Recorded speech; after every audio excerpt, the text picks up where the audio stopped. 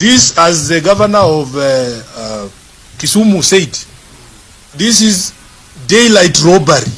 There is no other way of putting it. This is daylight robbery. And the issues that have been raised here, number one, there needs to be a transparent process. If you go to Bungoma, the people of Bungoma want Nzoia to be fully functional. They want the machines to work. They want the company to work. They want to make money. This is the only economic activity we do in Bungoma. So it is not possible for you to come and take away the only economic activity. You know, in the entire Western Kenya, we don't export anything. At least these other regions, they have things they export. They export tea, they export macadamia, they export coffee. But in Bungoma, we only know sugarcane. Now, what will the court order do? South Kenyans, if we can't respect the institutions that we have in this country, I think this country is heading to where we do not know. People of Western have said no to rye, because rye is the one running pan paper.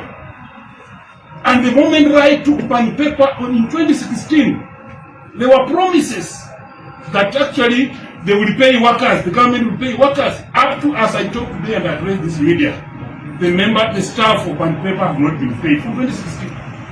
Now they are telling us that the staff of Nzoia, who have worked with Nzoia up to today, up to the day of takeover and handover, they will be vetted again, they will be reviewed, and then they are given 1 year to be in the farm, and then they will be left out. We have farmers who have money owed by Nzoia Sugar Company. The company owed them money. They are saying that it will be government which will pay, not right. Now, when you sell a factory or this and change the name from Nzoia to maybe Rye Sugar Mills, or whichever the name that becomes, after handover, the name is changing. Farmers will sue who? Nzoia will not be existing. And then the new farmers in Bungoma have got no contract with them. They don't know the doors of the ministry here that they come to be asking their money from. And they will not be allowed to enter Nzoia because it will not be Nzoia by that time. I'm asking myself simple questions. If this is how we are dealing with it. And then also, we are asking ourselves, where is the data document? Where is some kind of central, where is the data document that they use? There is no transparency in this matter. How many farms they bid for this? Those are a few things I'm concerned with. We are here with the leaders. When you see seated here, all are leaders from the region. When you see my Excellency, when you see the Sifuna Edwin, when you see Ototi, and when you see my good friend Tindiman, you can see that Western is concerned about the loss of this thing scrupulously. And thank you so much. I want to join my colleagues from Western Kenya. I am the Senator of Nairobi. We don't grow any cane here. But those of you who know me know that I have to disclose my interest in this matter. First of all, my umbilical cord is buried in a sugarcane farm in a village called Kitinda in West Sangalo Ward, Kandui constituency of Bungoma County. We are sugarcane farmers. My second interest is that I also farm sugarcane in Bungoma. I am a farmer registered with Nzoia Sugar. And I grow that sugarcane on a farm that was left to me by my grandfather. I didn't grab anybody's land. So I have an interest in the matters and affairs of Nzoia Sugar and the Western Kenya as a whole. I want to join my colleagues here in saying that, first of all, as the people of Bungoma made it clear to me when I was there about 2 weeks ago, they told me that they are going to hold President William Ruto to his promise during the campaign that in fact he was not going to sell Nzoia, that he was going to upgrade the machinery, which has always been the biggest problem with Nzoia Sugar. There's a very serious case of inefficiency in the equipment that is there. Would you believe it, Senator Mtata, that equipment was there before Sifuna was born? Yeah. It is obsolete and it is very inefficient. The promise he made to the people of Kenya, or the people of Bungoma, was that we were going to get new machinery. Number two, let us be clear that the land on which Nzoia sits is owned by the people of Bungoma. It is community land that is vested in the county government of Bungoma. Therefore, if you want to have any conversation about that land, you must talk to the people of Bungoma through their representatives. And on this particular issue, because we have been here before, honorable members, we want the people of Western Kenya to draw a list of all their children in leadership. All of us who come from there. The MCA for Bukembe East, the member of parliament for Kandui, the senator of Bungoma, the 9 members of parliament from Bungoma, and the over 30 members of parliament from Western Kenya.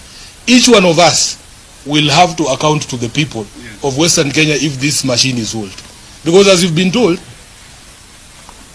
we sold pan paper and we were told that it was being revived. They went there and banned some, what are they called? Misogoro.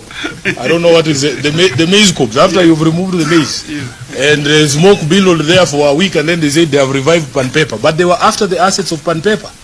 The forest concession. Yeah. It is difficult for me to accept that in the entire world, there are only 2 or 3 families that can run sugar mills in Kenya. If you put out an international tender, and only 2 families from Kenya are the ones that are responding to that tender, there's a problem.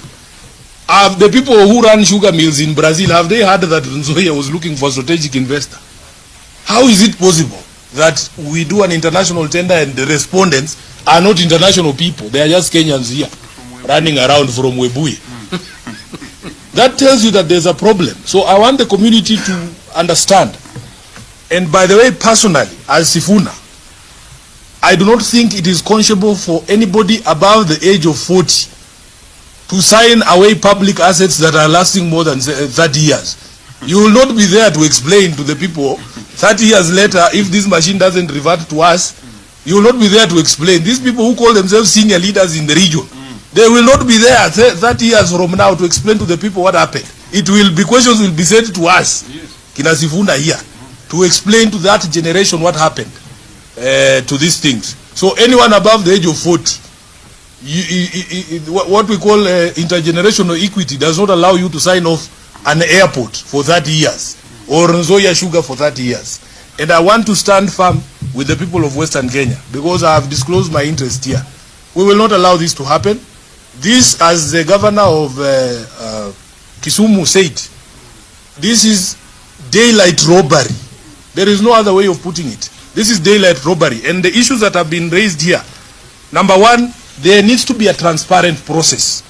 If you go to Bungoma, the people of Bungoma want Nzoia to be fully functional. They want the machines to work. They want the company to work. They want to make money. This is the only economic activity we do in Bungoma. So it is not possible for you to come and take away the only economic activity. You know, in the entire Western Kenya, we don't export anything. At least these other regions, they have things they export. They export tea, they export macadamia, they export coffee. But in Bungoma, we only know sugarcane. So our expectation was that even this process, when it was being undertaken, it would be done in a transparent manner. That you will involve all the stakeholders, including the farmers, including the suppliers like Senator Umtata and the others. And number three, we are very suspicious that in fact these companies are after the land of Nzoia. It's a land grab. So all we are saying is that if, for as long as the process is not above board, we as leaders in the National Assembly and in the Senate, we will not accept it. And we are telling Rai, there are ways, there are 1,000 ways to make people uncomfortable. You can sign away things at night there where you think the farmers will not be there. But I can assure you, if he knows the history of the Chetambe War, and he should also ask Moi what happened to his motorcade when he tried to access us without our permission. All these things are historical, they are there. We have ways and means, even in the spiritual realm. So nobody should joke around with this issue. This is a serious issue. We want these guys to be serious, to go through a transparent process, carry people along, carry the farmers along, carry the suppliers, every stakeholders, even the people who work in this company, to be carried along. Other than that, this is not a process that we can support. I thank you and I want to stop there. If there are any questions, they should be directed to the gentleman from Bungoma. Thank you.